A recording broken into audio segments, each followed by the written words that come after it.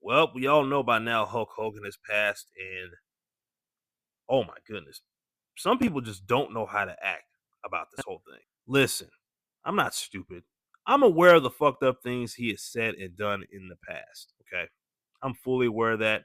I don't condone any of it.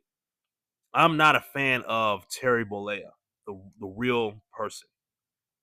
I wasn't the biggest Hulk Hogan fan when I first started watching wrestling because I'm more familiar. I wasn't even really familiar with him um, when he was originally in the WWF because I wasn't watching wrestling back then.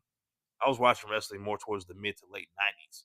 Going into the Attitude Era and things like that. He had already left the WWF then and was Hollywood Hulk Hogan in WCW. I was more familiar with him then. But boy, oh boy, it is mostly you Negroes up here saying smoking that Hulk Hogan loud pack and things like that.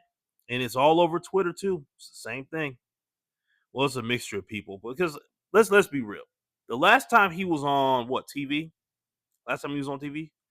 Yeah, they booed the shit out of him. They had the Raw premiere on Netflix in Los Angeles, and yeah, they weren't too happy about him at all. I'll never forget that. But we're gonna sit here and pretend that if it wasn't for him, that pro wrestling wouldn't even be at the mainstream level it is now.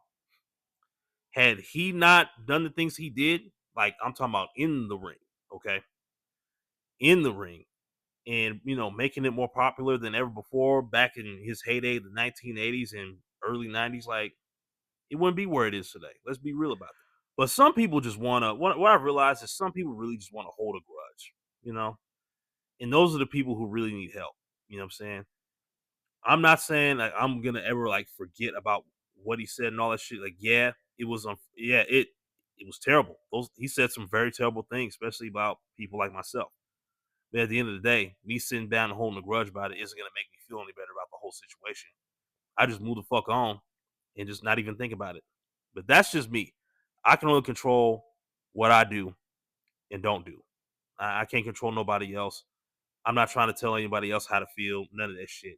But I can control how I feel. And really, at this point, at first I was mad about all that shit that he said, behind closed doors. I mean, let me bring this up too. It's like, do people pretend like everybody has said some fucked up shit about other groups of people behind closed doors, off the internet and all that shit. He just got caught. But some of y'all that are so mad at him about him saying those things, I guess y'all want to act like y'all never said any fucked up shit about anybody else behind closed doors. I think the vast majority of people are guilty of that shit. Like, but that's just my thoughts on the whole thing.